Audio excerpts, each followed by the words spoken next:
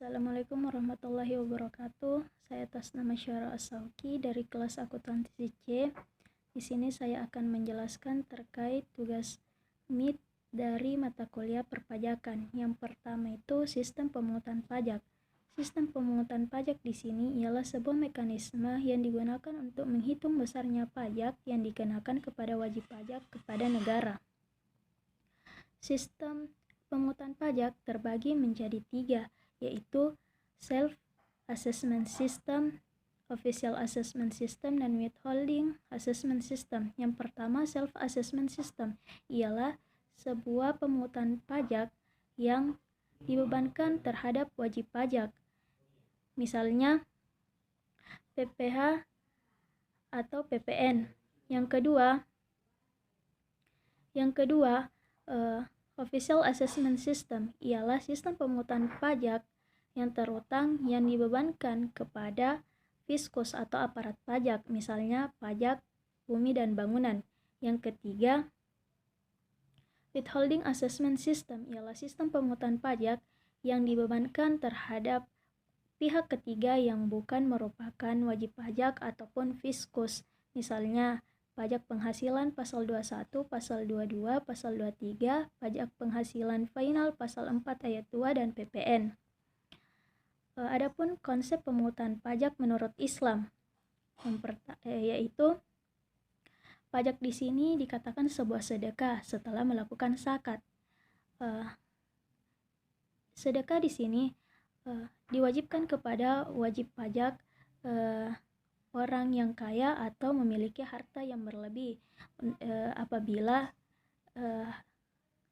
hartanya ini disediakan apabila baitul mal kekosongan atau kekurangan, sehingga hartanya dimasukkan ke situ, lalu harta yang didapatkan oleh baitul mal ini disalurkan kembali kepada kaum muslim. Yang kedua, PPh pasal 21, yang dimana pemungutan pajaknya di sini dibebankan terhadap penghasilan wajib pajak berupa gaji, upah, honorarium, tunjangan, atau pembayaran lainnya. Penghasilan yang diperoleh dari pekerjaan atau jabatannya, jasa, dan kegiatan yang dilakukan oleh wajib pajak dalam negeri. Sedangkan pajak PPh pasal 26 ialah pemungutan pajak yang dimana pajak ini wajib pajak ini berpenghasilan di luar negeri dan bertempat tinggal di luar negeri. Pajak PPh pasal 21 dan pasal 26 memiliki kesamaan, yaitu pemungutan pajaknya dibebankan terhadap penghasilan yang dimilikinya.